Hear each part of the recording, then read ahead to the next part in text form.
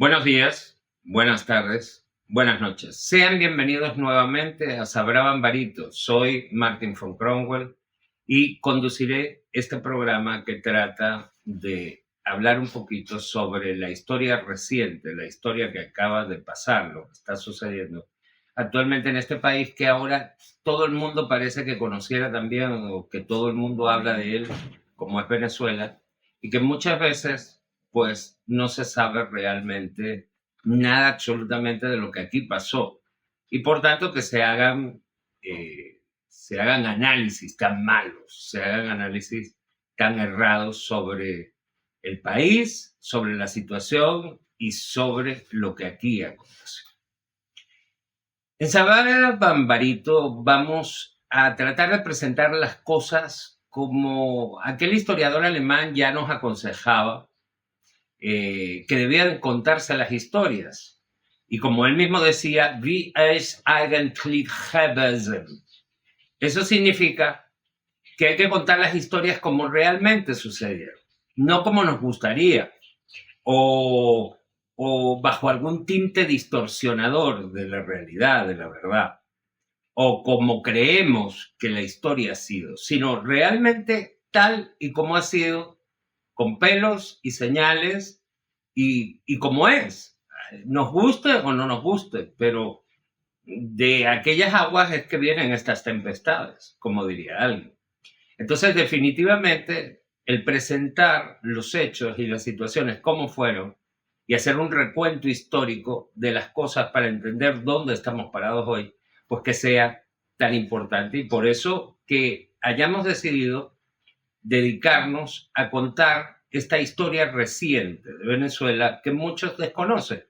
Unos porque no nacieron antes de que estas cosas sucedieron, otros porque nacieron ya cuando esto se estaba desarrollando, y otros porque ni siquiera estaban aquí en Venezuela o cercano a Venezuela o les interesaba la historia de Venezuela hasta nuestros días, y entonces desconocen completamente lo que aquí pasó. Y se quedan solo repitiendo cosas que muchas veces no están soportadas en ningún asunto, ni espiritual, ni cultural, ni religioso, ni político, ni nada. O sea, simplemente es algo que alguien dice por ahí, muchas veces con unas intenciones pues no muy claras, o más bien muy claras, de desinformar a la gente y contarle una historia que realmente pues no es la que es. Así que nosotros decidimos, íbamos a hacer una trilogía, íbamos a hacerlo en tres partes. Una primera parte que fue con la que comenzamos, que era la historia antes de Chávez, o sea, hasta el 98. Luego íbamos a hacer un capítulo dedicado a los 25 años que hemos vivido hasta ahorita, y luego un capítulo final para conversar sobre el futuro del país, las posibles transformaciones, lo que vendrá, los posibles cambios políticos, si es que los hubiera, en fin, una visión a futuro de cómo podrían ser las cosas. Pero decidimos que por la cantidad de acontecimientos que hubo en este periodo entre 1999 y 2025, un solo capítulo de 50 minutos, de una hora, lo que haría es pasar por encima, rasante, o sea, pasar como un F-18 por encima, un F-16 por encima, y realmente no profundizaríamos en nada, simplemente daríamos migajas a los que realmente quieren conocer cuál fue la situación de Venezuela antes de. Así que vamos a hablar o vamos a hacer 4 periodos clave de la historia de estos años que van desde 1999 hasta el 2025. Y lo vamos a dividir en un primer capítulo que va a ser 1999-2007, que es la consolidación y resistencia temprana de la sociedad y de los actores que en ese momento veían su declive, su caída. 2008-2013, que es la transición e inicio de la crisis estructural del país. 2014-2019, que es la gran crisis y la guerra multimodal y multifocal que se desarrolló internamente aquí en Venezuela y externamente, obviamente, y 2020-2025, que es la etapa de bloqueo, de resistencia y de diálogos. Entonces, estos son los 4 espacios o los 4 periodos claves en los que vamos a dividir nuestro programa, nuestros 4 próximos programas, para hacer este seguimiento histórico de las situaciones actuales por las que vive Venezuela, por las que vive el país. Así que comenzamos con esta primera etapa de consolidación y resistencia temprana. Esta primera etapa se caracterizó por ser el periodo fundacional del proyecto bolivariano, que era el proyecto que comenzaba en 1998, que traía en 1998 el hasta entonces comandante Hugo Chávez Frías, luego, y a partir de 1999, presidente electo de la República Bolivariana de Venezuela. Este periodo es un periodo marcado básicamente y estructuralmente por una confrontación institucional y social directa. Obviamente, pues normal como sucede en cualquier imperio que está cayendo, en cualquier estructura que está saliendo, porque viene otra estructura social que está entrando y que amenaza con terminar con toda esa estructura podrida, nauseabunda, decaída, hambreadora, de la que estábamos saliendo en el 1998. Por tanto, eso es un choque. Acuérdense que había unas estructuras políticas adecocopellanas, estructuradas, acostumbradas a una serie de vicios, a una serie de cosas, que definitivamente sabían que con el advenimiento, con la llegada de Chávez, con la llegada de este presidente que nunca se pensaron que podía ganar unas elecciones, pues resulta que se encontraban totalmente amenazadas, absolutamente amenazadas. Sabían que iban a salir. Por eso inclusive que durante la campaña presidencial del 98, inclusive todos recordarán, a lo mejor los que vivieron en Venezuela en esas épocas, que hubo un comercial muy famoso donde, imitando la voz de Chávez, Chávez decía que cuando él llegara al poder le iba a freír la cabeza en aceite caliente a todos los adecos y copellanos.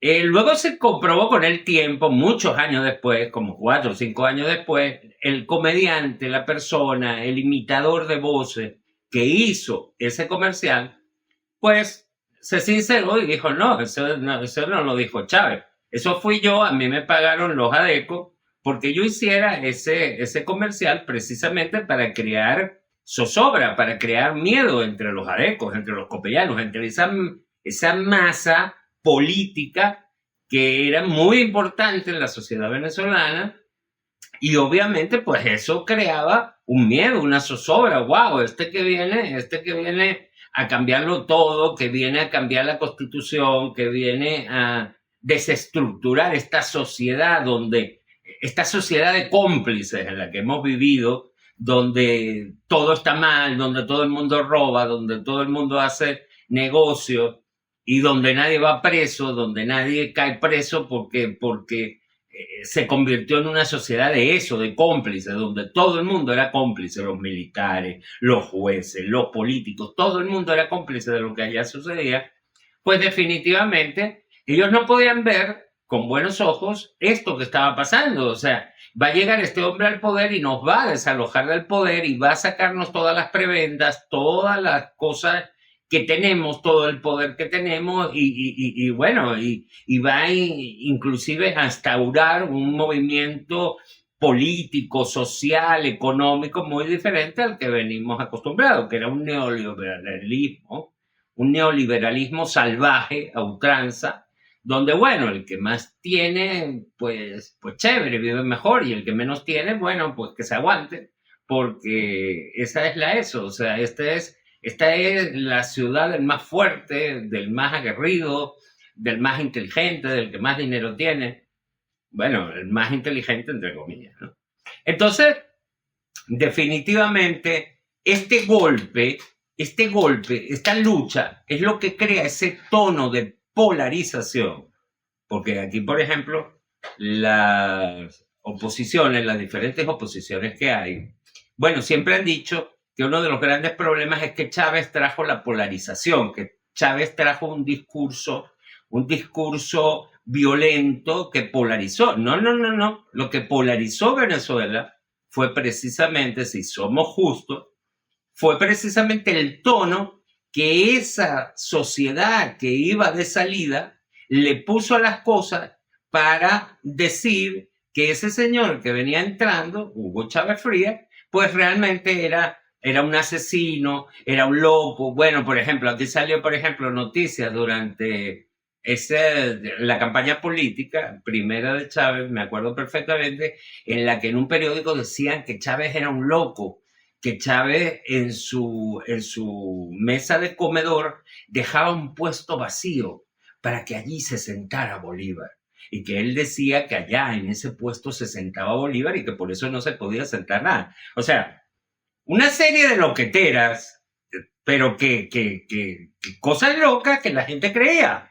O sea, que la gente que menos conocimiento, que menos capacidad de discernimiento, que menos capacidad de análisis crítico de las cosas, pues se creía y se lo comía.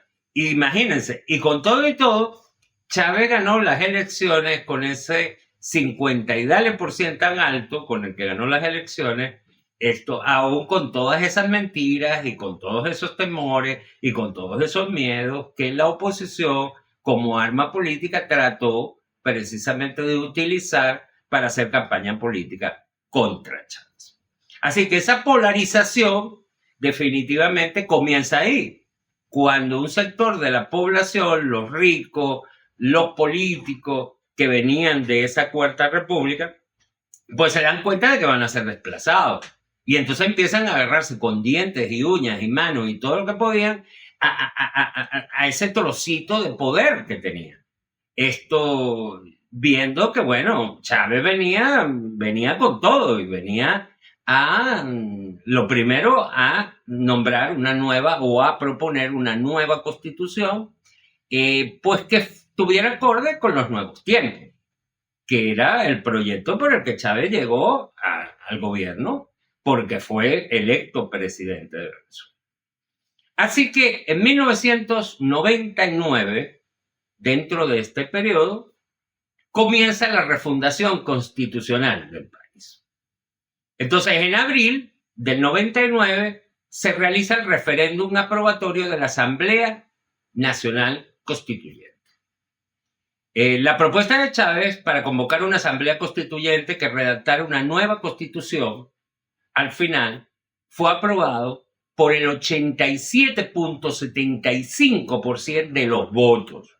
O sea, estamos hablando que prácticamente hasta el gato en Venezuela votó por una nueva constitución. Eso sí, por supuesto, la oposición hizo campaña por el no, por el que no hubiera una nueva constitución, que siguiéramos con la vieja constitución, porque para ellos esa constitución pues era la idónea, la perfecta para poder seguir con todas sus cosas en el mismo modelo en el que ellos venían acostumbrados. Y definitivamente esto pues definitivamente decía o dejaba claro de que los venezolanos no estábamos dispuestos a seguir con la vieja constitución, con todos esos vicios que tenía y por supuesto permitiendo que esa masa política indecente que se había hecho multimillonaria y que vivía gracias a lo que permeaba esa constitución, a lo que permitía esa constitución, pues definitivamente siguiera pasando en el país. Ese triunfo electoral que daba la puerta abierta para que se constituyese una nueva asamblea constituyente que creara una nueva constitución, pues marca definitivamente el inicio formal de lo que se conoce hasta ahora como la Quinta República. La Cuarta moría en el 98 y comenzaba en el 99 la Quinta República. Entre agosto y diciembre Una vez aprobada la constituyente, pues obviamente se eligen a una serie de constituyentistas para que entonces empiecen a redactar esta nueva constitución, que luego iba a ser, por supuesto, aprobada en otro referéndum, un referéndum aprobatorio de tal constitución. Entonces se empezó a trabajar arduamente en la creación de esa constitución, no de espaldas a la gente, sino con la gente, porque el país fue consultado sobre qué cosas debía de hablarse o de ponerse, de dejarse ahí ya marcado en la Constitución como marco legal, que tuviera que ver, pues por ejemplo, ahí se hicieron muchas leyes que patrocinaban los derechos de mucha gente que hasta el momento pues estaban definitivamente olvidados y absolutamente escondidos, como por ejemplo los indígenas. O sea, los indígenas de Venezuela no existían en las leyes, inclusive ni siquiera estaban cedulados, o sea, no existían para el país. Y realmente esta constitución pues le da entrada a los indígenas, le da entrada a las minorías, por ejemplo, a la diversidad sexual. O sea, esta constitución se hace para darle visibilidad a una cantidad de personas, a una cantidad de seres que definitivamente hasta ese momento no estaban incluidos. Entonces, de agosto a diciembre comienzan las discusiones, se hace la instalación, se hacen las sesiones de trabajo de la Asamblea Nacional Constituyente, con una mayoría absoluta del chavismo, ya que con 87.75 de personas reafirmando que querían una constitución nueva y habiendo sido esta aprobada por el chavismo, pues definitivamente con esa cifra, el 87.75 prácticamente de la Asamblea Nacional Constituyente, pues estaba conformada por el chavismo.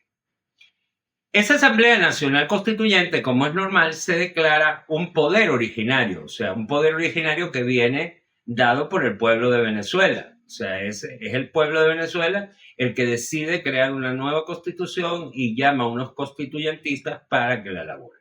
Por tanto, los constituyentistas estaban declarados como poder originario, lo que generó un conflicto directo con el Congreso bicameral que aún existía, que venía de 1998, porque acuérdense que en el 98 lo que se elige es al presidente de la República, pero no así a la Asamblea Nacional, que en aquel momento el Congreso de la República, que era bicameral, había Congreso y Senado, no se elige a los congresistas y a los senadores.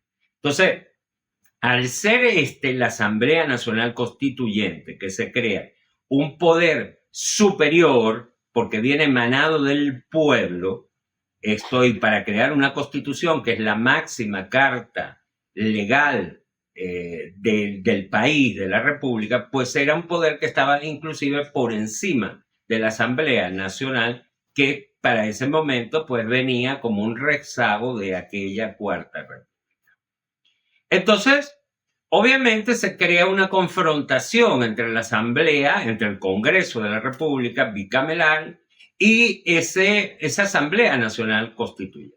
Tanto así que llega un momento que la Asamblea Nacional Constituyente despoja de todas sus funciones al Congreso, porque obviamente ya el Congreso, la Asamblea Nacional Constituyente decía que si vamos a tener un Congreso, por supuesto, no va a desaparecer lo que es el Congreso de la República, pero sí, igualito que el presidente debería después, si es aprobada la Constitución, volver a lanzarse a unas votaciones para ver si bajo la nueva Constitución era o no el presidente el que tenía que quedar, pues igualito se tenía que refundar todos los poderes. O sea, estamos hablando del Congreso, estamos hablando de las alcaldías, estamos hablando de las gobernaciones, estamos hablando de todo el poder constituyente.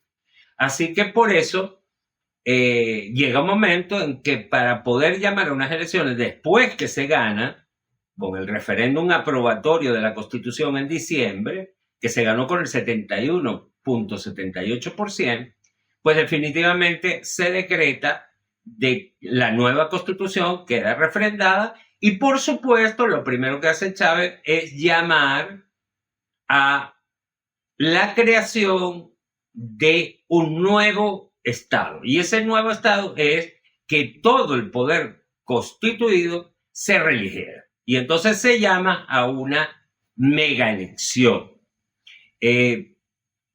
Por tanto, en diciembre la nueva constitución bolivariana fue aprobada, sustituyó el Congreso por una Asamblea Nacional unicameral y creó nuevas figuras.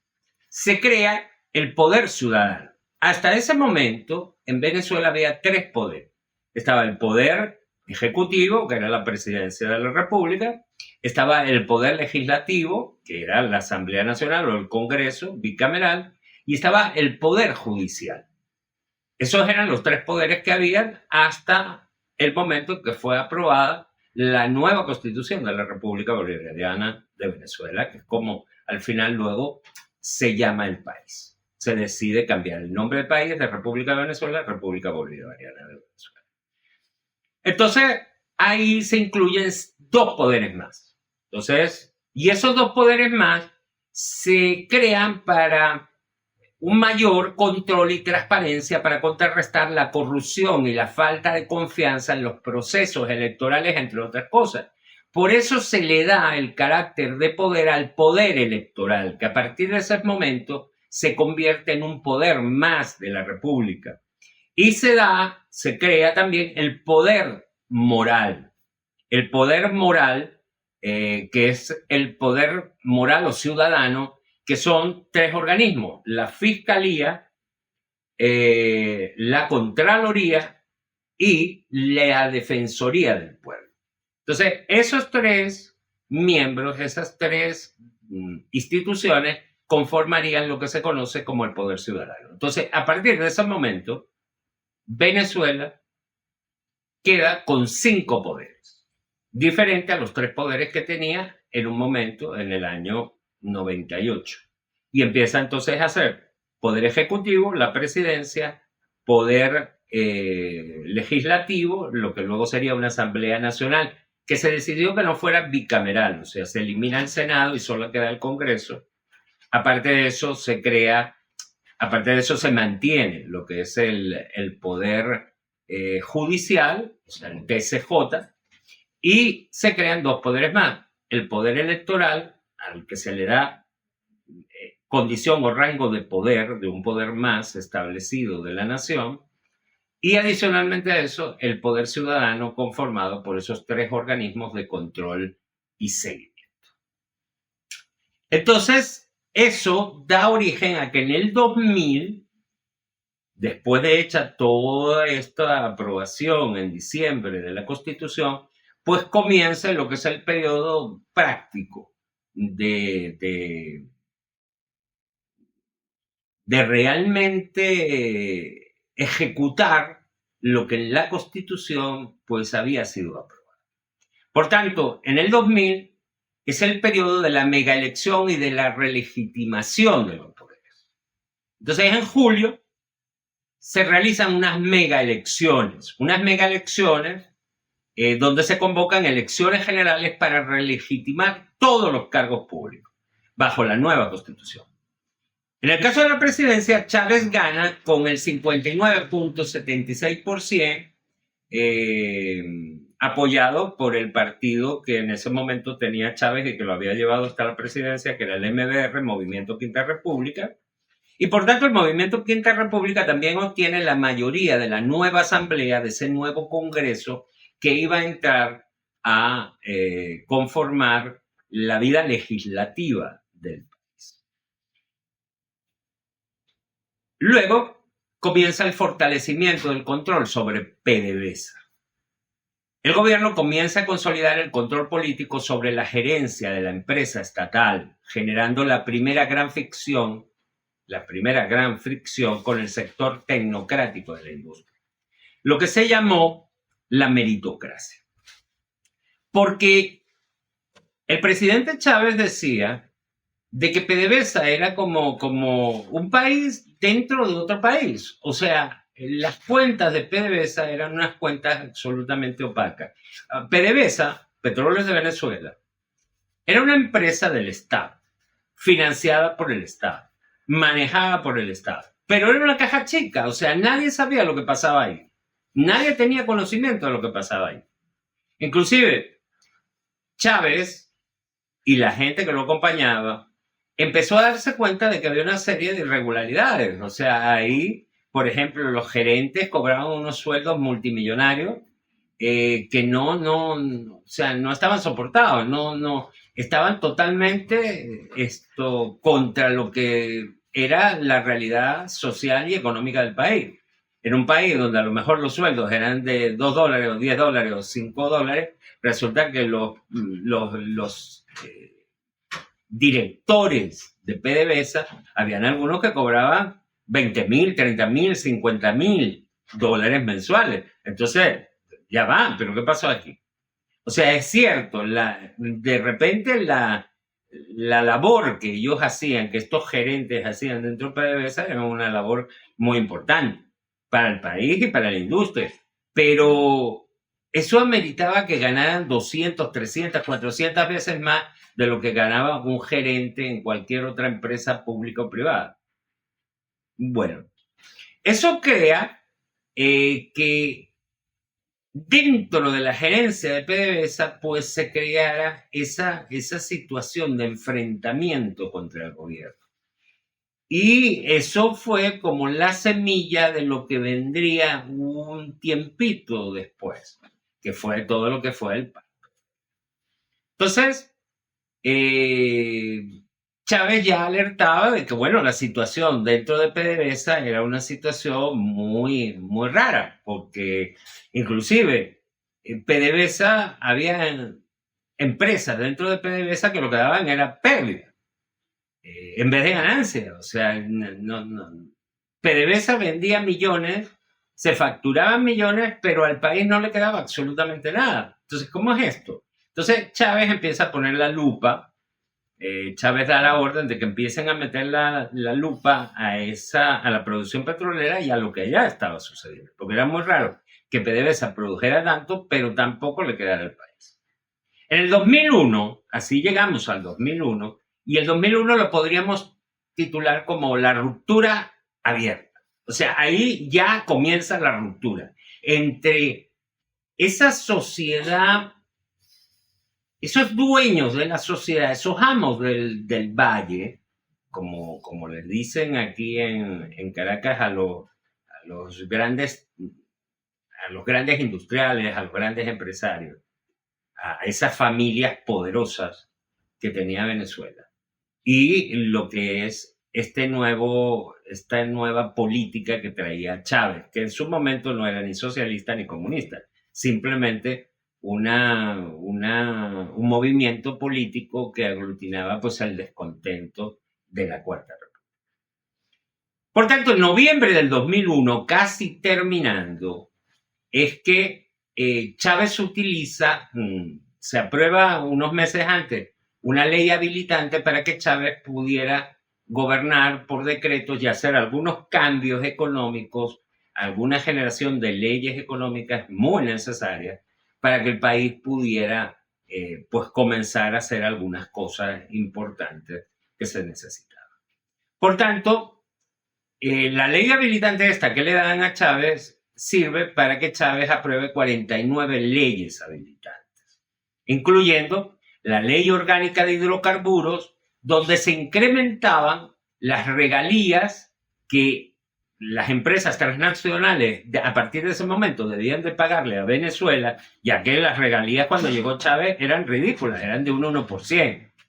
O sea, eran unas regalías donde ellos estas empresas internacionales, se llevaban todo el petróleo venezolano y le daban un 1% de su propia riqueza. O sea, era algo que era absurdo. Y todo eso lo apoyaba esa meritocracia instaurada en PDVSA, con sueldos multimillonarios, con gastos suntuarios, con gastos iban para un viaje y les daban miles de dólares para que viajaran y pasearan y se quedaran en los mejores hoteles, etcétera, etcétera. Inclusive en tiempo de Chávez se exhibió de que había algunas oficinas de estos altos jerarcas de la empresa estatal venezolana que tenían jacuzzi, que tenían unas cosas increíbles en sus oficinas. O sea, era una cosa, o sea, era una cosa loca lo que sucedía en PDVSA en eso.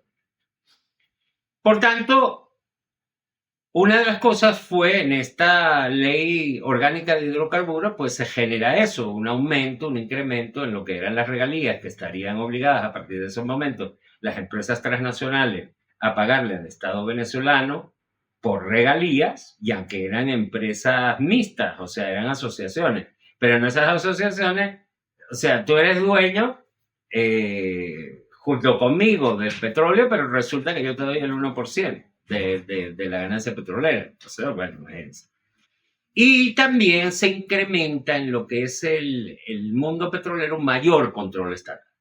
O sea, el Estado, el Ejecutivo, los ministerios empiezan a meterle la lupa al manejo de PDVSA, a cómo se estaba manejando PDVSA.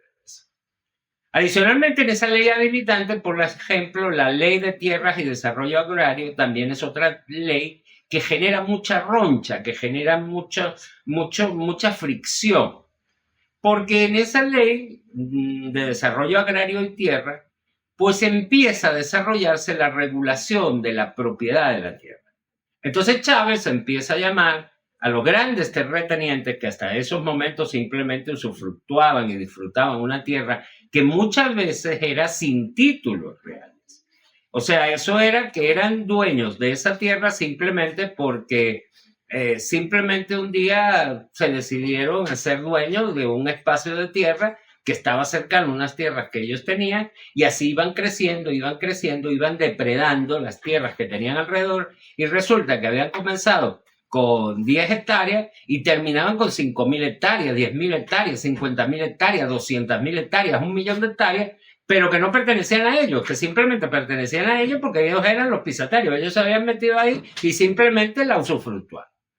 Entonces Chávez empieza a meterle la lupa, y el gobierno empieza a meterle la lupa a todos esos dueños de tierra, y empiezan a pedir títulos. O sea, bueno, usted, ¿cuántas hectáreas tiene ahí? No, yo tengo 100.000 hectáreas. Bueno, presénteme los documentos de las 100.000 hectáreas y aquí no ha pasado nada. O sea, chévere, nosotros le ratificamos que estas tierras son suyas y chévere, porque es normal, es un control urbano, un control rural de las tierras urbanas y de las tierras rurales.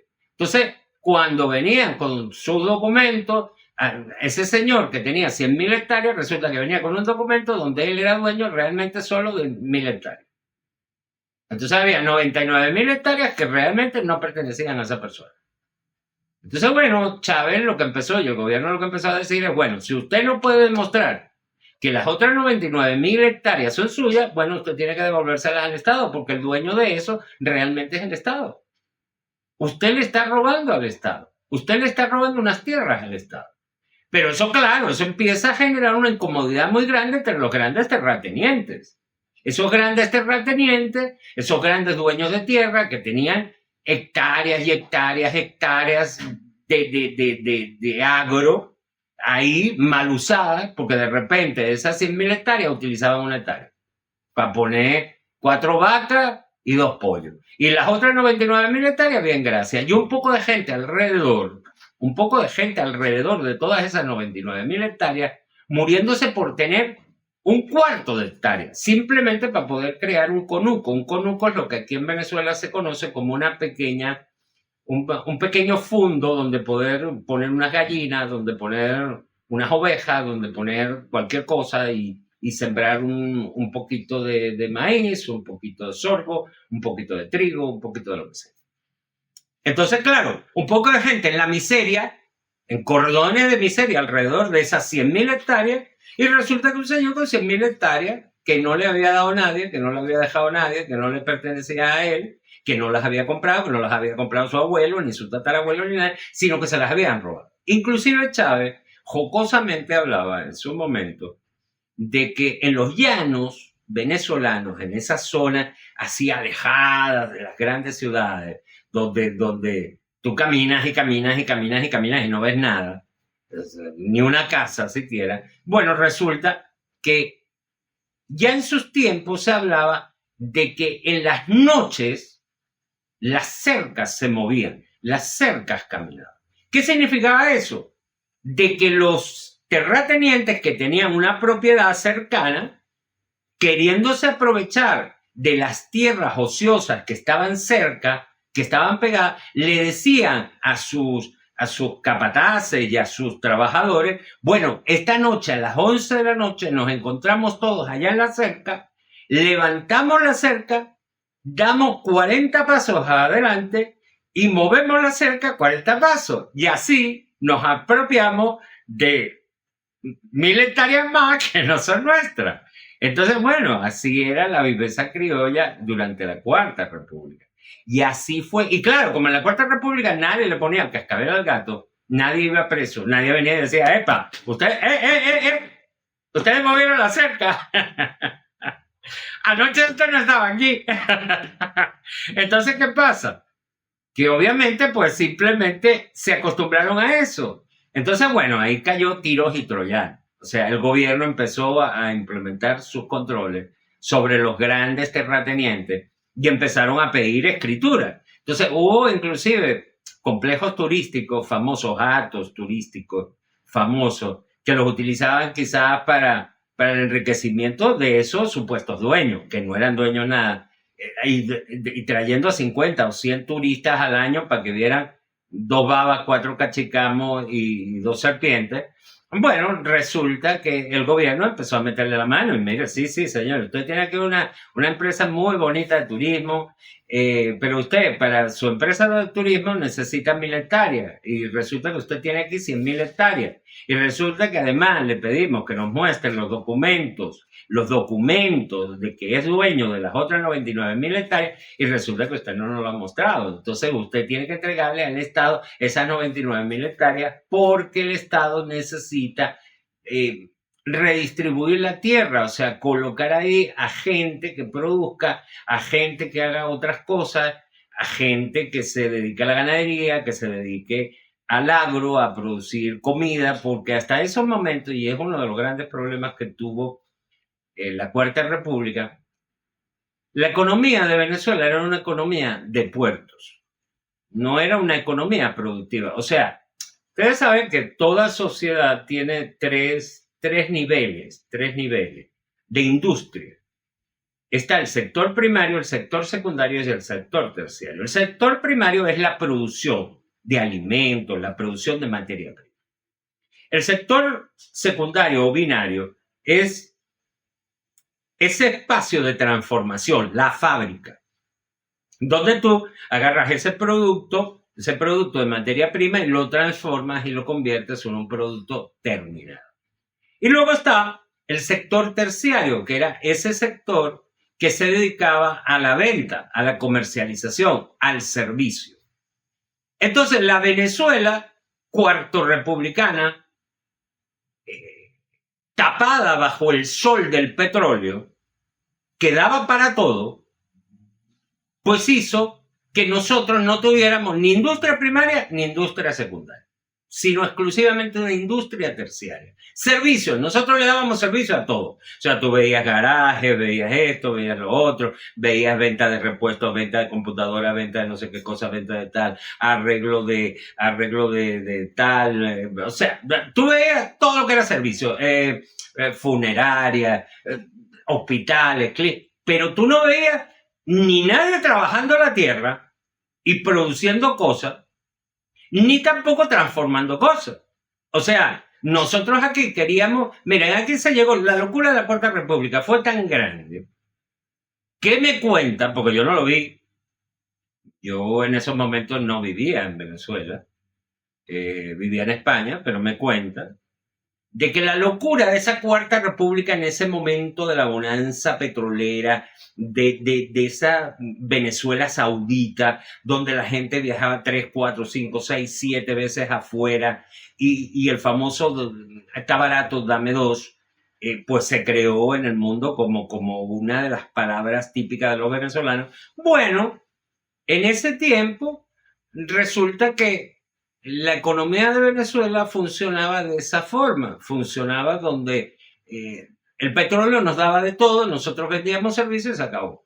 Y todo lo que comíamos, todo lo que bebíamos, todo lo que eso, lo traíamos de afuera. Había una economía de puertos. O sea, los puertos eran una maravilla, porque por ahí llegaba todo lo que nosotros teníamos, porque nosotros no producíamos nada. Por eso es que en esos tiempos de la Cuarta República, que era lo que les iba a contar, que me dispersé un poquito, fue que hasta aquí a Venezuela llegaron a importar bolsas de agua de Escocia, que venían ya separadas, para hacer hielo. Porque aquello de tomar whisky, que era la bebida típica de Venezuela, aquí se consume casi tanto whisky como se consume en Escocia, inclusive históricamente. Quizás ahorita ha bajado porque hay otras bebidas muy buenas que tiene Venezuela, como el cocuy, que es una bebida artesanal maravillosa, que en algún momento hablaremos de ella, o por ejemplo el ron venezolano, que es uno de los mejores del mundo. Bueno, resulta que todo el mundo tomaba era whisky. Y entonces, nada más sabroso que tomar whisky con agua de Escocia. Se podrán imaginar, aquí los millonarios de Venezuela compraban las bolsitas de agua escocesa para poder hacer hielo. ¿Usted no me cree? Bueno, investigue y verá que es cierto lo que le estoy diciendo. Hasta ese punto llegó la locura. Y claro, por supuesto, por eso fue que llegamos a donde llegó Chávez, o por lo que llegó Chávez, por esa locura sin cuartel, sin medida. Entonces, por tanto, aquí el grave problema es que no teníamos ni siquiera un desarrollo agrario. Y un país que no tiene desarrollo agrario, que no produce la papa que se come, las ciruelas que se comen, las manzanas que se comen, las legumbres que se comen, las hortalizas que se comen, la lechuga que se come, pues es un país que está definitivamente condenado a pasar hambre. Y en algún momento iba a pasar hambre. Así que esta ley de desarrollo agrario y tierras que implementó el gobierno, que empezó a revisar el gobierno, pues era definitivamente algo necesario. Sí es cierto, y es verdad, es uno de los grandes errores, que el gobierno no supo poner a las personas idóneas al mando de esas unidades agrarias, de esas unidades de tierra que entregó en proyectos agrarios para que la gente empezara a producir su comida. Hubo muchos de esos proyectos que realmente no sirvieron para nada, no llegaron a ningún lado. Les entregaron tierra, les entregaron dinero, les dieron semillas, les hicieron un poco de cosas y bueno, 3 tomates, 4 yucas y cuando vea, ay no, pero es que esto no, mejor me voy a la gran ciudad, mejor me dedico a tal o mejor, bueno, me agarro los reales que me entregaron para semillas y para cualquier cosa. Entonces realmente también las cosas tienen que ser dichas.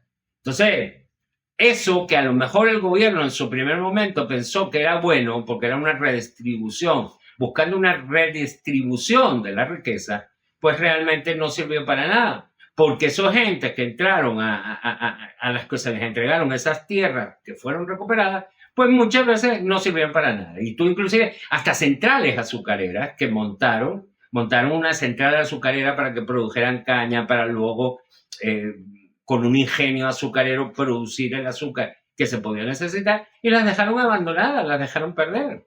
Cuando había una bonanza económica, que no es la crisis económica de la que luego hablaremos, a la que luego llegamos unos años después. Entonces, obviamente que hubo muchos errores, porque no es solo redistribuir, es redistribuir con una conciencia, y el problema es que mucha de la gente humilde de esos tiempos del 2001, no habían interiorizado todavía una serie de cosas, estructuralmente hablando. Y entonces pensaban de que, bueno, seguían en lo mismo. O sea, si me dan un dinero, me lo robo. Si me dan un dinero, tal. O sea, no había una conciencia de que hay que trabajar, que hay que producir. Sino lo que había era una conciencia en mucha gente de que, bueno, era vivir del facilismo y como decían algunos en la época de la Cuarta República, que tenían algunos amigos políticos de cierto poder y le decían a estos amigos políticos, no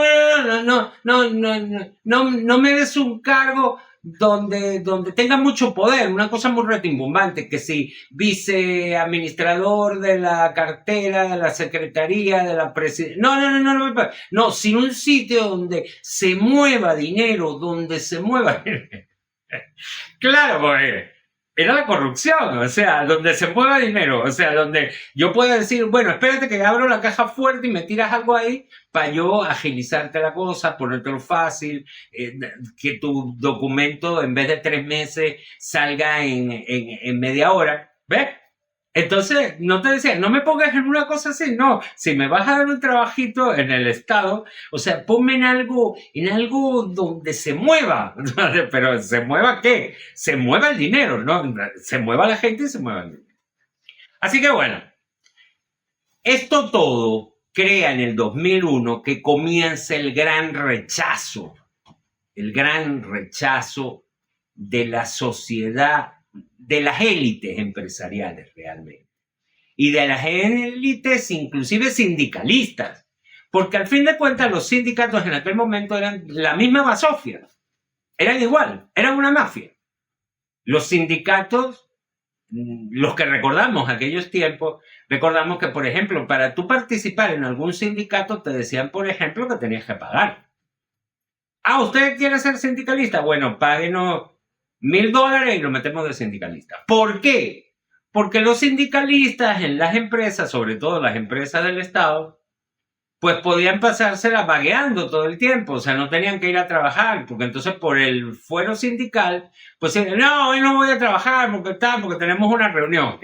Entonces, de 365 días que trabajaban en una petrolera o en la industria X del país, que pertenecía al país, bueno, trabajaban 363. O sea, trabajaban 2 días y descansaban 363. Entonces, claro, Fedecámara, la CTV, que era la Confederación de Trabajadores de Venezuela, muy gobernada por Acción Democrática y COPEI, y los medios de comunicación privada, que fueron los que se pusieron a las órdenes de estos dos entes, Fedecámara, que era la Federación de Patronos, de Empresarios, y la CTV, que era el otro polo, que era el polo de los trabajadores, que supuestamente deberían de defender a los trabajadores, pues se alían para hacerle la guerra a este nuevo poder constituido que estaba emergiendo. Por tanto, las leyes, especialmente la petrolera y la de tierras, provocaron una reacción inmediata. Y estos entes que les comentaba ahorita, inmediatamente empiezan a convocar los primeros paros cívicos en protesta, señalando el inicio de la confrontación abierta. O sea, ya no era una confrontación de dimes y diretes como había sido hasta el 2001, hasta el comienzo y mediados del 2001, sino que ya era algo, o sea, no nos gusta, no los queremos, no nos gusta su plan, no nos gusta que vengan a cambiarlo todo. Y vamos a acabar con ustedes, a como sea el lugar. Esto nos trajo al 2002. El 2002 es el año del golpe de Estado y el sabotaje económico. Ahí comienza lo duro, lo tenso.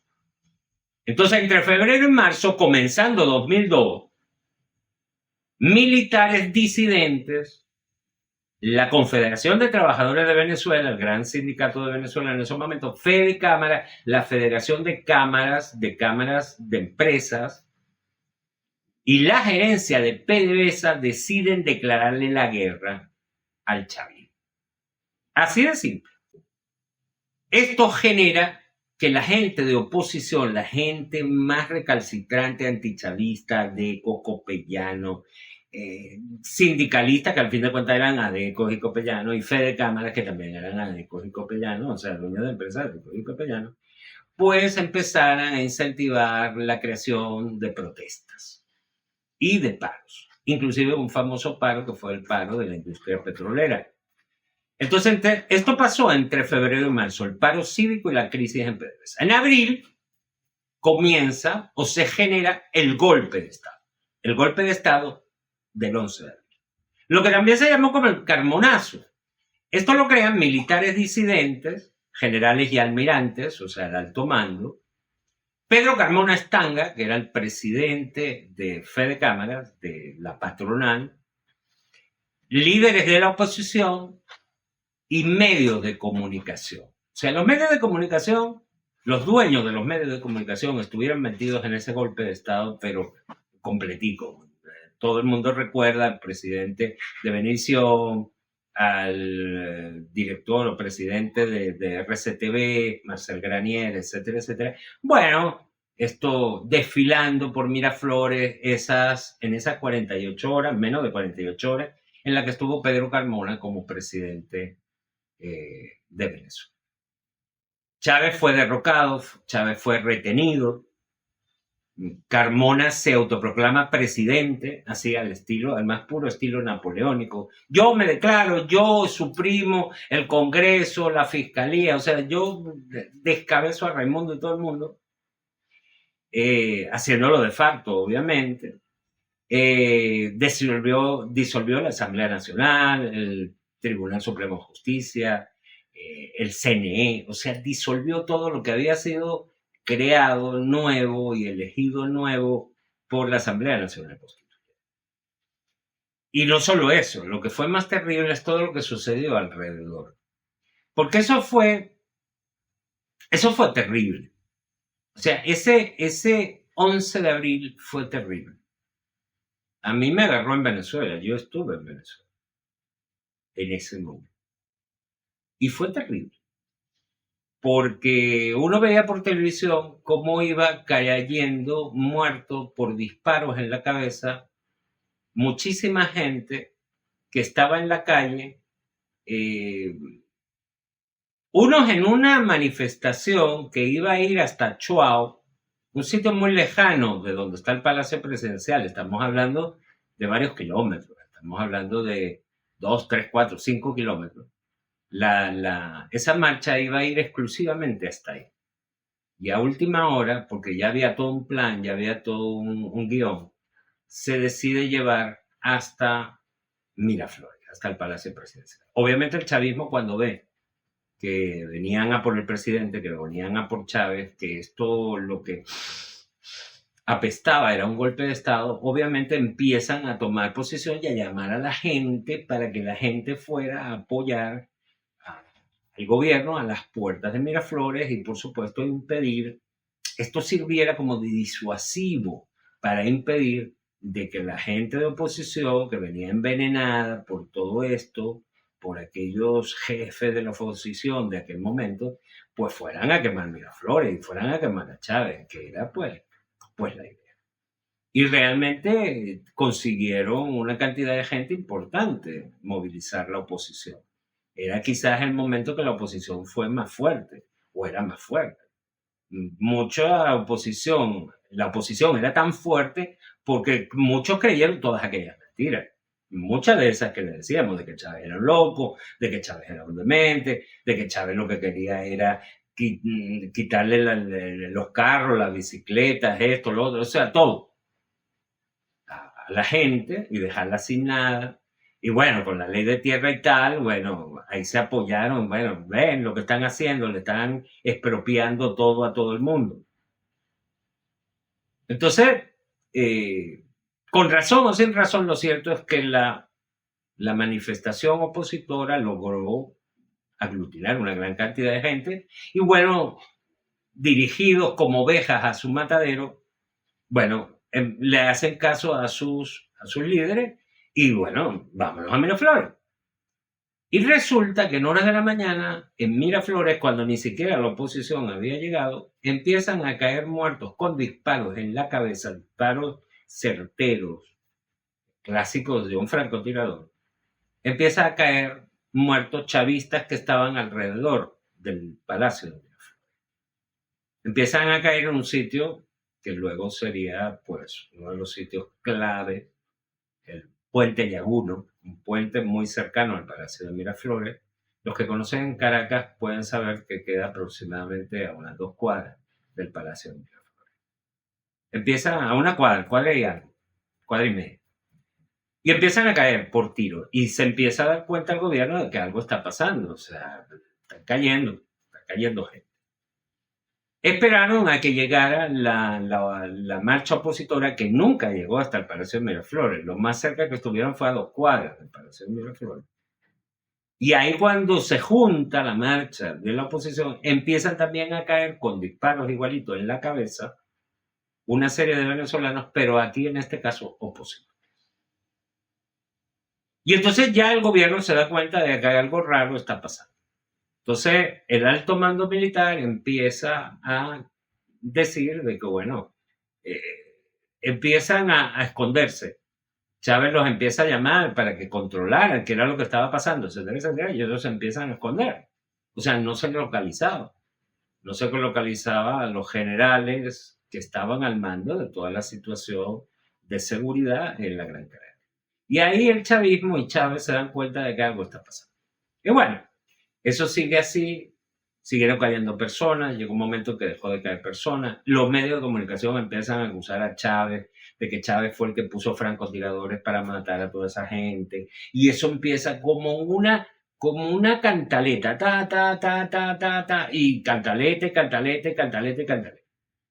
Y por supuesto la gente horrorizada, o sea, Chávez mandó a matar a toda esa gente, por Dios, ¿qué es esto? Entonces, claro, vienen y en la noche le dicen a Chávez, lo llaman a la Comandancia General del Ejército en Fortitude, le dicen, mire, presidente, lo necesitamos allá porque tenemos que conversar.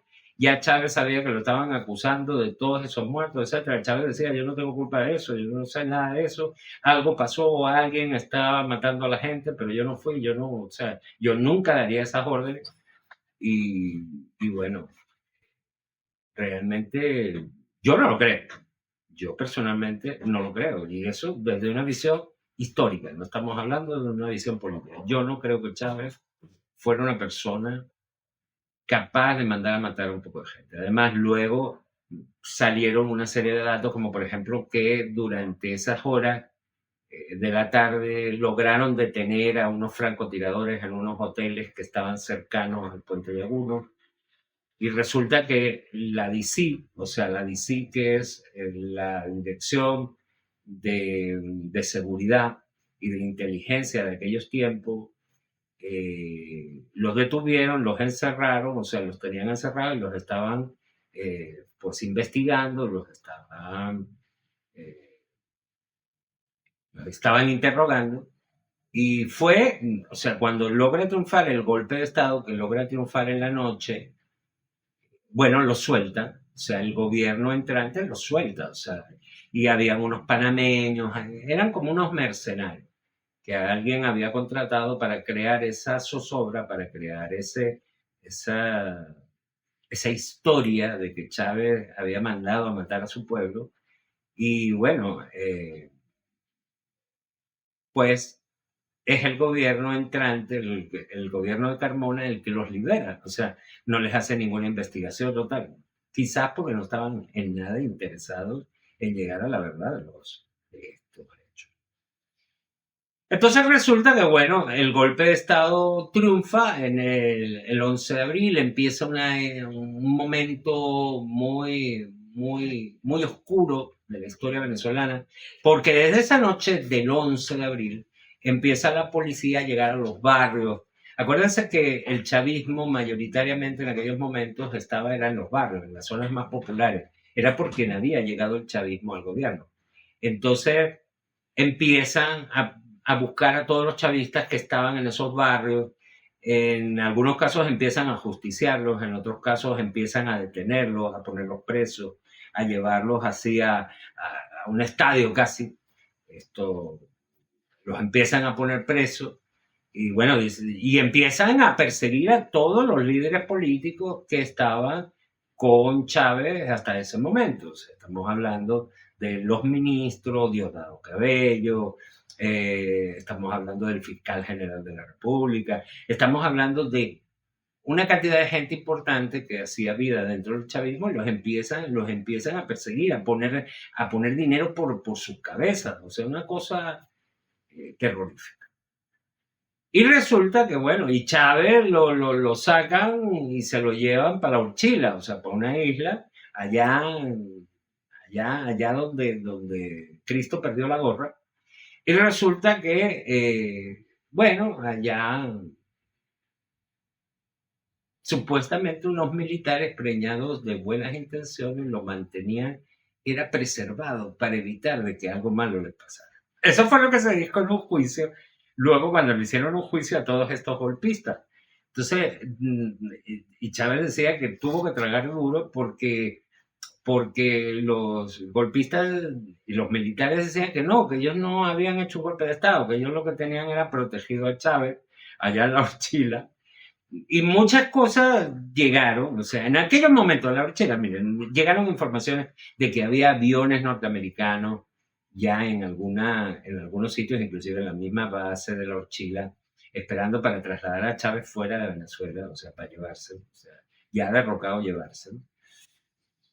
Pero quizás con lo que no contaban era con la gente de Venezuela, ya que militares leales al gobierno y una gran movilización popular entre la noche de la madrugada del 12 y el 13 de abril, pues empezaron a crear un movimiento insurreccional de devuélvanos a Chávez, tráiganos a Chávez, ¿dónde está Chávez? Queremos ver a Chávez. Y eso empezó a agarrar vuelo, y la gente empezó a bajar, ahí sí, a bajar de los cerros, y se empezó a llenar Miraflores con los golpistas adentro del palacio, empezaron a rodear Miraflores, todo el pueblo, y queremos ver a Chávez, queremos a nuestro presidente. O sea, nosotros fuimos quien votamos por él y lo queremos aquí. Y o sea, nosotros no nos van a sacar Chávez si no es por unas elecciones. Y bueno, eso hasta ahorita se mantiene. O sea, ok, el madurismo, el chavismo se puede ir, pero por elecciones, no porque alguien venga y diga que tiene que irse. Entonces, ni que se llame el imperio más grande jamás creado, que fueron los Estados Unidos, que por cierto estuvieron muy metidos detrás de ese golpe de Estado. Porque no es raro, por ejemplo, que el primer gobierno que reconoció a este gobierno golpista de Carmona, pues fuera el gobierno de Estados Unidos. Fue el primero que daba felicitaciones y que decía que qué bueno que por fin, o sea, un gobierno democrático. ¿Qué te puedo decir? Entonces, esas horas, esas menos de 48 horas entre la tarde del 11 y el 13, pues definitivamente el gobierno de Carmona colapsa. La presión de los militares leales se hace insostenible. Militares que decían, mire, nosotros no nos rendimos, queremos también a Chávez.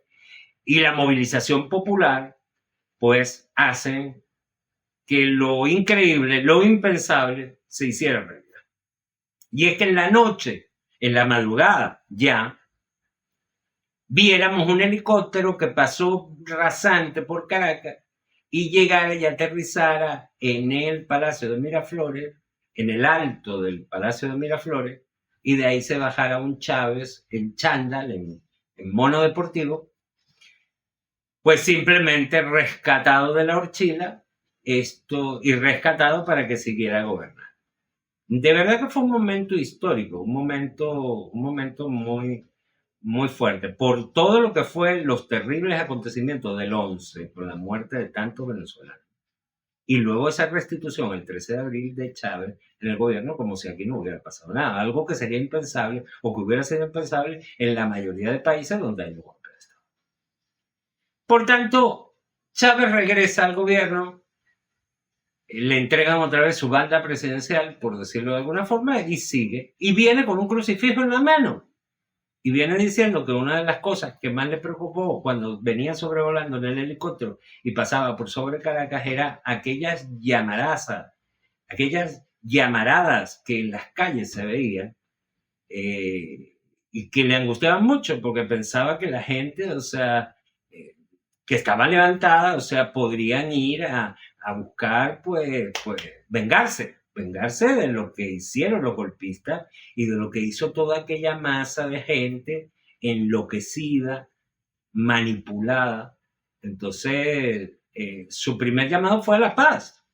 O sea, paz, tranquilidad. Ya habrá tiempo para analizar qué fue lo que pasó en estas 48 horas. Pero ahora es el momento de regresar a las casas, de volver a la normalidad. Y llegó con un crucifijo en mano. Un crucifijo franciscano, franciscano no, de un crucifijo muy específico, que salen muchísimas fotos con él, que está asociado precisamente a lo que es los exorcismos, ese crucifijo, a lo que es el contrarrestar a todas las fuerzas de la maldad, del demonio, de la brujería. Es un crucifijo totalmente exorcista que tenemos los católicos. El crucifijo de San Benito de Murcia. Entonces, definitivamente que Chávez vino con un léxico, llegó esa noche con un léxico totalmente apaciguador. Muy diferente al que se podría pensar de una persona que viene molesta, que viene quemado, que viene, wow, me sacaron, ahora van a saber lo que valen perder. Y ojo, que con toda la gente que se movilizó en la calle, Chávez habría tenido el poder esa noche para pasarle por encima a todos los barrios ricos de Venezuela, principalmente Caracas, donde vivía toda aquella gente que había estado involucrada en ese golpe de Estado. Desde líderes políticos de la antigua Cuarta República, líderes religiosos, líderes de todo tipo, porque ahí no se salvó nada, líderes sindicales, líderes empresariales. Quizás hubiera sido lo más fácil para una persona con ese poder de toda la gente tirada a la calle, echada a la calle. Lo más fácil hubiera sido decir, ahora vamos a cortar cabeza, vamos a hacer una rebatina. Y no, llegó un Chávez estructurado, tranquilo, un Chávez presidente, un Chávez consciente, un Chávez equilibrado, y llamó a todo lo contrario. Llamó a la paz, al entendimiento. Así que bueno, empezó un periodo de cierta tranquilidad hasta diciembre. Pues continuaron con la cosa, y de diciembre del 2002 a febrero del 2003 logran generar el famoso paro petrolero y el sabotaje petrolero. Bueno, la cosa fue tan terrible que ellos, por ejemplo, tenían unos códigos para que el petróleo pudiera pasar por las tuberías. Bueno, eso se lo cambiaron las claves, cambiaron las señales, rompieron las tuberías, rompieron las llaves de paso. Bueno, el petróleo se acumuló. Acuérdense que el petróleo venezolano es un petróleo extrapesado, o sea, se podrán imaginar una Nutella ahí en esas tuberías.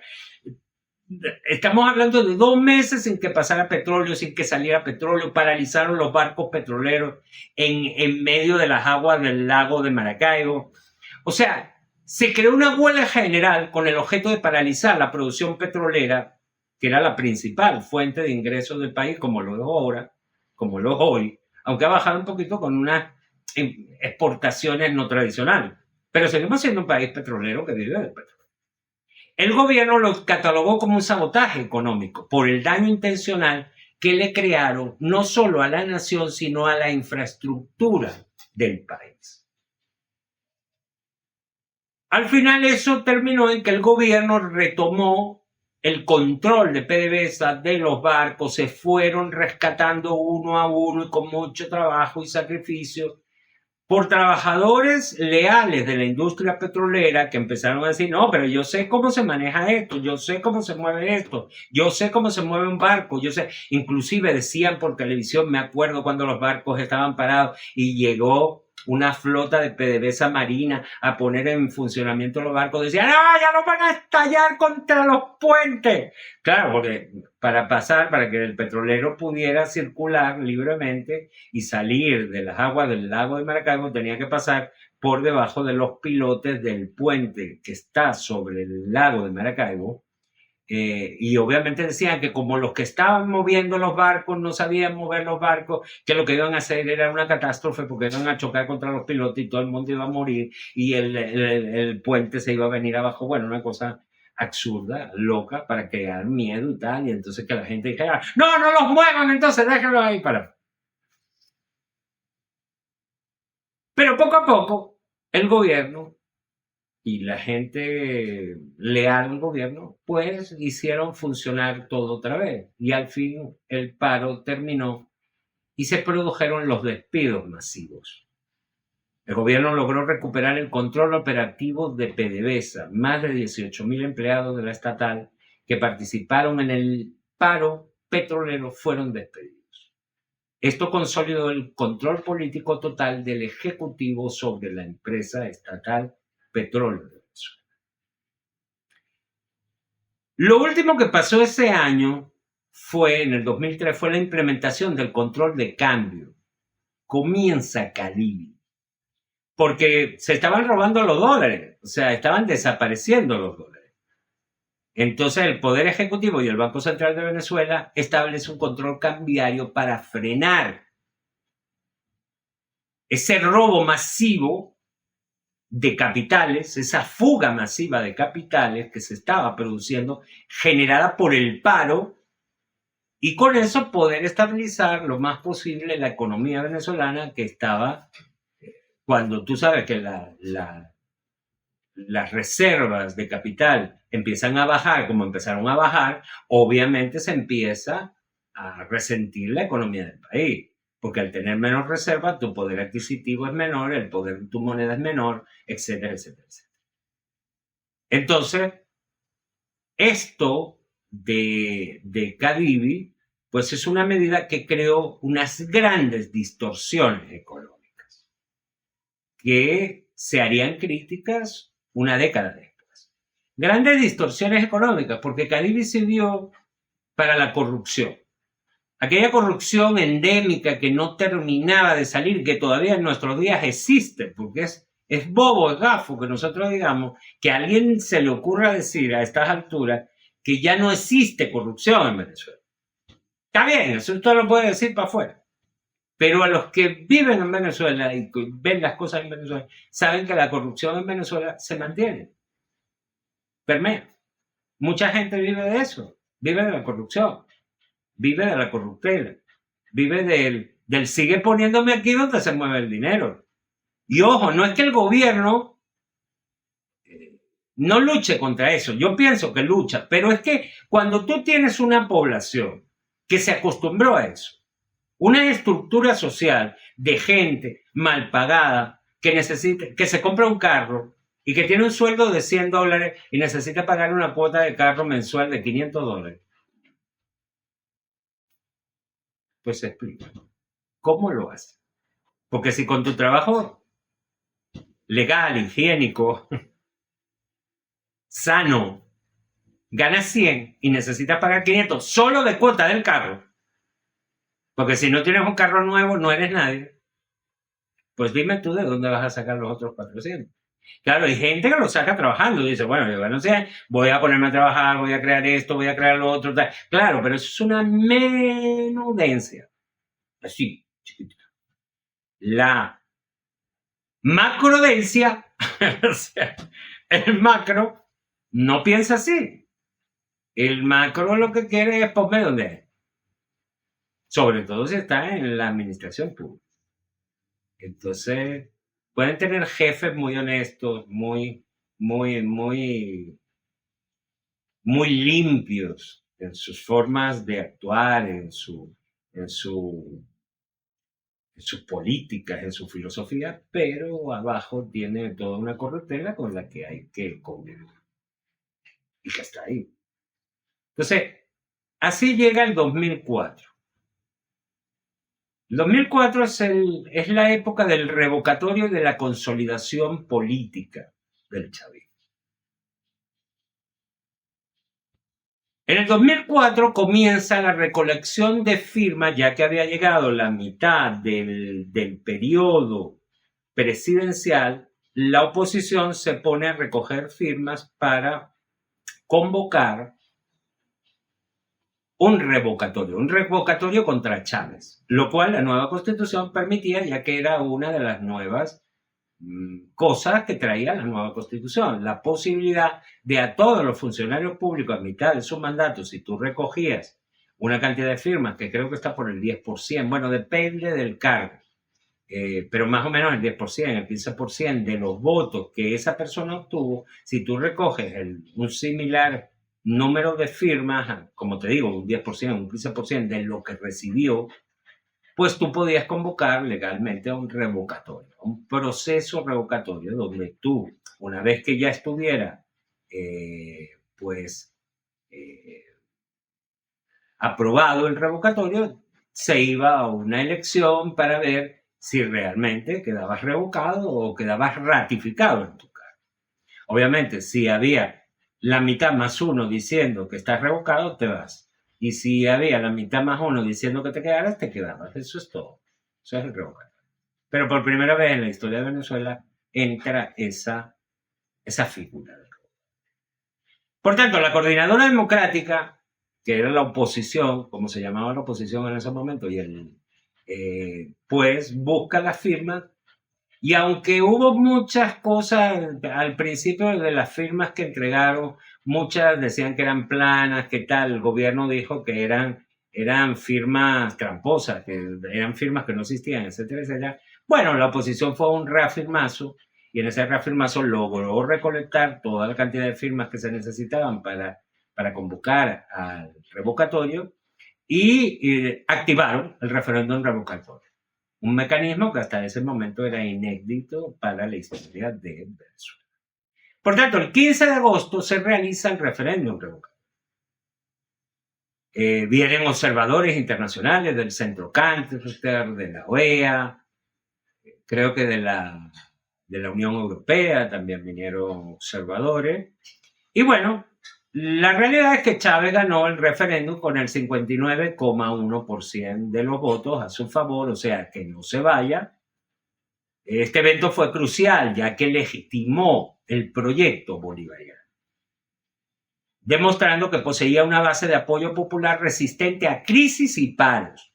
Cuando todo el mundo pensaba que en todos los acontecimientos que habían pasado después de golpe, de paro petrolero, etc., con este revocatorio Chávez se iba porque la gente no quería un gobierno así, wow, o sea, que estuviera pasando toda esta intranquilidad que estaba pasando, wow, se equivocaron. Y resulta que Chávez vuelve a ganar el referéndum, gana ese referéndum, y resulta que, bueno, se dan cuenta de que la gente, la cantidad de población que apoya a Chávez es una cantidad impresionante. En aquellos momentos no gritaban fraude, todavía. El fraude luego fue a lo que se acostumbraron a gritar un poquito tiempo después. Pero en aquellos momentos, bueno, no les tocó más que tragar seco, tragar arena, y bueno, la oposición le tocó pues reconocer que no eran mayoría y que no. O sea, no podían salir de Chávez por ese referéndum revocatorio que esperaban. Por tanto, unos meses después comienzan las primeras guarimbas, que son brotes de violencia.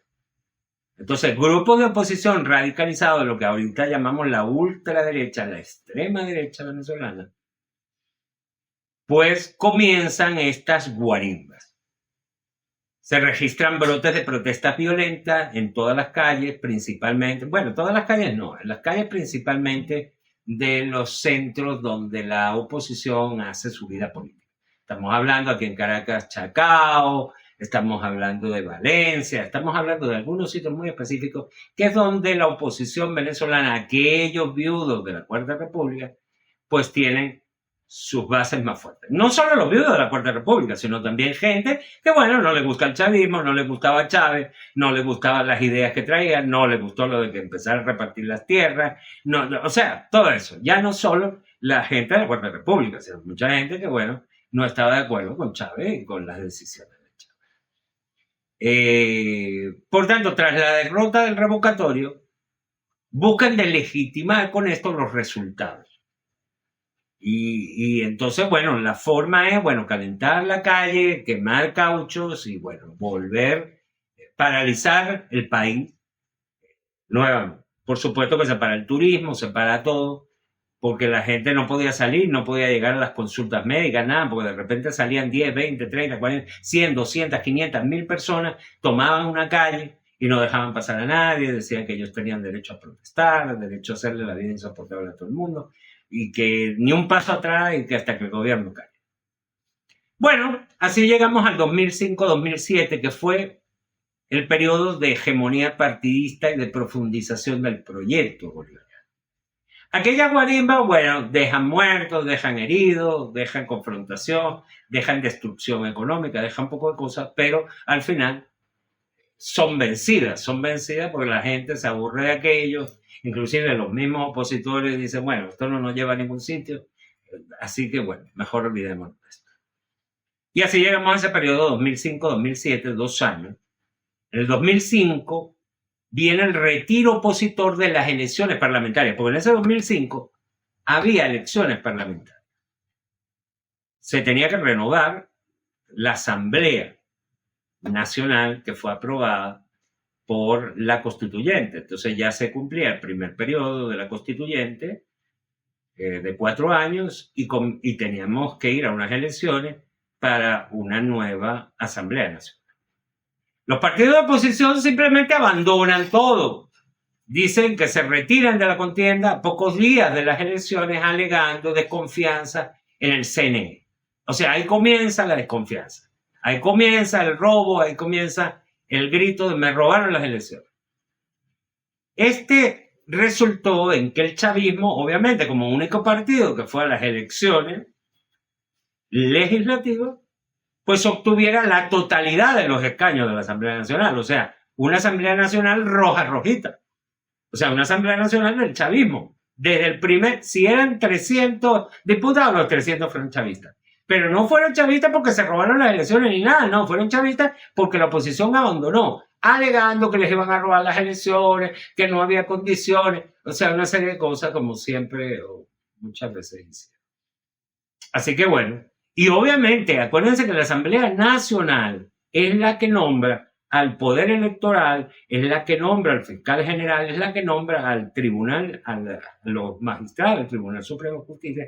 O sea, que tú no puedes alegar a tu favor tu propia torpeza. O sea, tú no puedes decir que todo eso es rojito porque la Asamblea Nacional o porque el gobierno eligió. No, el gobierno no tiene nada que ver. Fue la Asamblea Nacional la que eligió a todos esos cargos.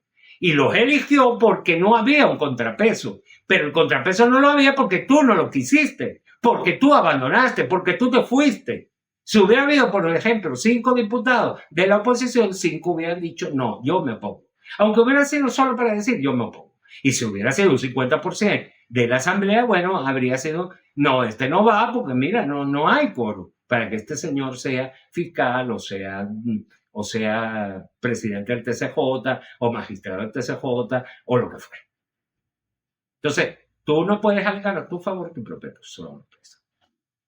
Así que bueno, en el 2005 pasó esto. En el 2006 al 2007 vienen que Hugo Chávez empieza a nacionalizar empresas extranjeras de telecomunicaciones y de electricidad, empresas extranjeras norteamericanas, habían recibido en su momento de la Cuarta República, se les había vendido la empresa CalTV, que era una empresa de telecomunicaciones venezolana, y se les había vendido la electricidad de Caracas, que era una empresa de electricidad la más importante de Venezuela, porque era la que le daba iluminación a toda Caracas. Chávez, entre el 2006 y el 2007, pues empieza este proceso de nacionalización de estas empresas. O sea, devuélvanle al Estado estas empresas porque estas empresas son estratégicas. Si ustedes me cortan las comunicaciones, me cortan la electricidad, o sea, Chávez empieza a ver que ya con todo lo que había pasado, el golpe de Estado, el paro petrolero, todo eso, aquí inclusive le podían cortar la luz o le podían cortar las comunicaciones al gobierno simplemente por ser gobierno para ponerlo en una crisis complicada. Entonces, el gobierno inició una nueva ola de privatizaciones en sectores clave.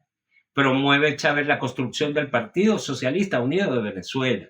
Ahí es donde el MBR cambia a ser Partido Socialista Unido de Venezuela, obteniendo la totalidad de los escaños de la Asamblea Nacional Nueva.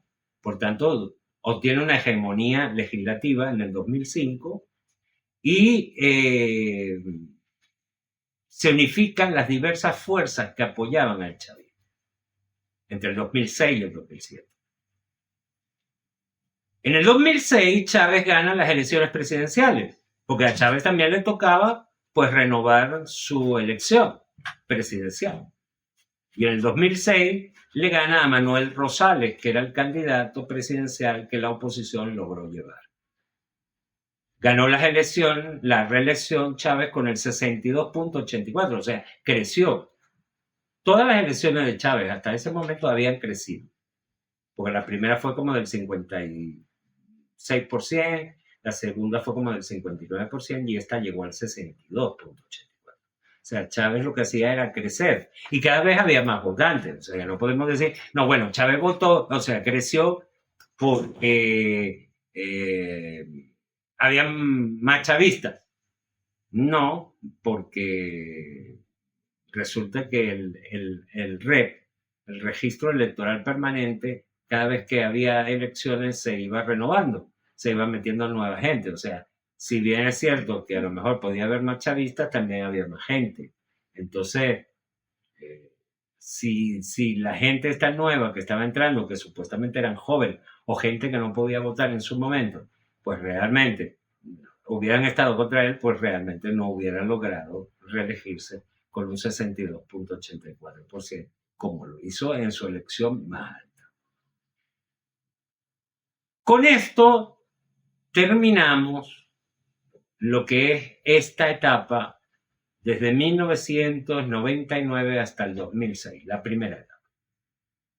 Cerramos este capítulo. ¿Qué conclusiones pudiéramos sacar? Bueno, la etapa 1997-2006,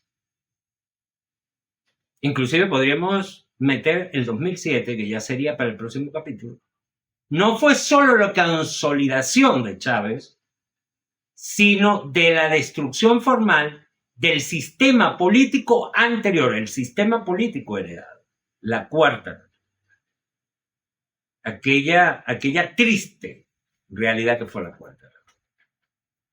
La confrontación entre el Estado y el capital privado, simbolizada en PDVSA y Fede Cámaras, en aquella PDVSA que, aunque siendo una empresa estatal, funcionaba como una empresa absolutamente privada donde no se le daba cuenta de nada a nadie, culminó con la victoria del Estado. O sea, el Estado fue el que ganó, el que arrasó con eso, en esa confrontación que llevó golpes de Estado, paros petroleros, guarimba, primera guarimba, etcétera, etcétera.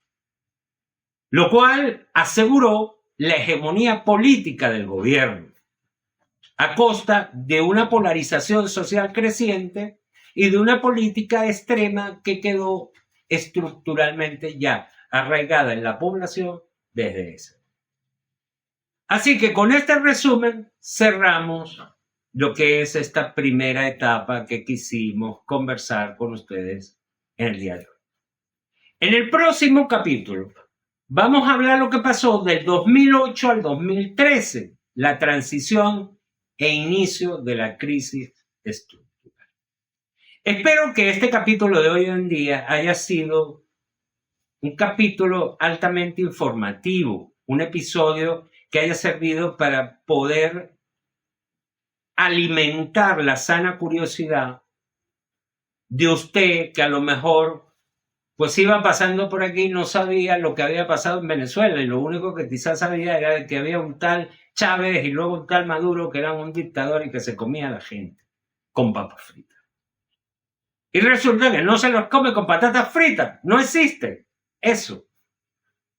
Puede haber problemas de autoridad, problemas de autoritarismo, problemas de muchas cosas, pero eso lo discutiremos en otros capítulos. Ahora, estos son los hechos. No maten al mensajero. El mensajero no es el que creó las noticias. Esta es la realidad. Usted simplemente lo que está recibiendo es la realidad. Es una dosis de realidad que usted luego podrá deglutir y ver si le sirve o no le sirve. Inclusive, debiera de servir para lo que nosotros hacemos este programa, que es para que usted profundice en las causas, en las cosas, en los hechos. Porque eso es lo que genera una conciencia mundial, una conciencia global, una conciencia sobre las cosas que acontecen en el mundo. Nosotros no podemos ver que están matando a una cantidad de niños en Gaza y quedar mirando para otro lado como eso no es conmigo, eso a mí no me toca. Porque hoy a lo mejor a usted no lo toca, pero mañana los que vamos a estar muriendo como los niños de Gaza son los niños venezolanos.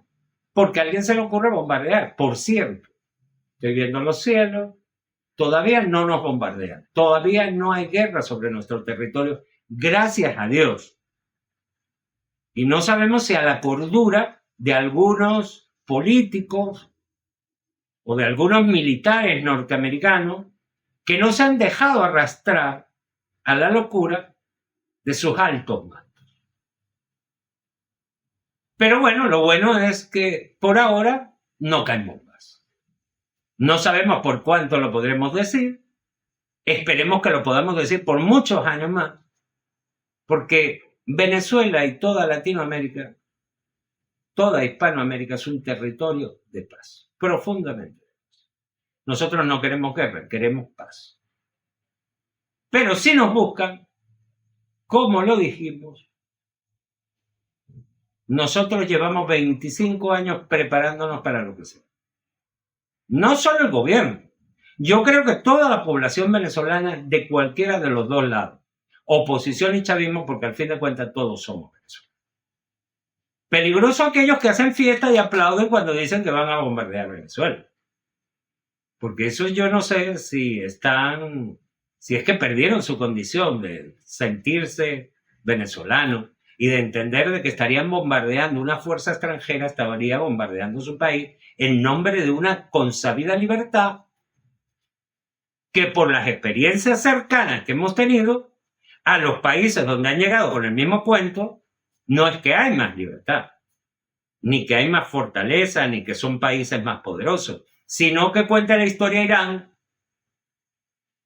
Irak, que cuente la historia Afganistán, que cuente la historia Siria, que cuente la historia Libia, etcétera, etcétera, etcétera. Así que, señores, definitivamente no caigamos en cantos de sirena, en gente que te dice que si ellos llegan y bombardean, aquí todo se solucionó. Porque hay gente que ve esto de los bombardeos como un juego de Atari. Lo siente como que eso no es con ellos. No, sí es con ellos. Porque van a reventar tu casa, van a reventar a tu familia, van a reventar a tus amigos y van a reventar un poco de cosas que son reales. Que no son ese mundo ludópata en el que tú vives jugando todo el día en alguno de estos jueguitos de guerra donde tú le caes a 300 tiros a alguien y luego, bueno, vuelve a revivir. No. Eso no es así. Venga a la realidad. Por eso es que usted no puede perder el sentido de la realidad.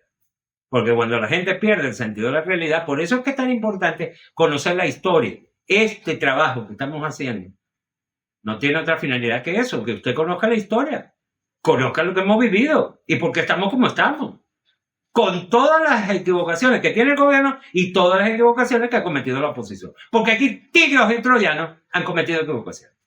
Y como decía Jesús, el que esté libre de pecado, que tire la primera piedra. Aquí nadie puede tirar una piedra. Nadie. Todo el mundo tendría que verse la mano y decir, ya va, espérate, ya. Así que bueno, amigos, espero que hayan aprendido mucho, que hayan conocido situaciones que a lo mejor no conocían. Para eso estamos. Nos encantó hacer este programa para ustedes. Nos vemos muy pronto en el próximo capítulo de su Sabrá Bambarito, dirigido por su humilde servidor, Martin von Cromwell, el cual los quiere mucho y los aprecia. Nos vemos pronto. Seguimos por aquí. Búsquenos en nuestro canal. Suscríbanse. Déjenos por favor sus comentarios, sus opiniones. Son muy importantes para nosotros. Siempre las leemos. Por supuesto, las que ignoramos son aquellas en las que nos dicen 2 o 3 cosas altisonantes. Gente que ni siquiera se toma el tiempo para escuchar, para leer, para ver, sino que simplemente, ¡ay, gordito, feo, no me gustas! O lo que sea. Gracias a Dios hemos tenido muy pocas de esas salidas de tono. Pero bueno, esas salidas de tono ni siquiera las contestaremos. No nos preocuparemos en contestarlas. No le damos tiempo a la babosada. Aquí no hay tiempo para la babosada, para el marasmo, para el pedorrismo, para la estupidez mental. Aquí solo hay espacio para la gente que quiera discutir y que quiera analizar cosas serias.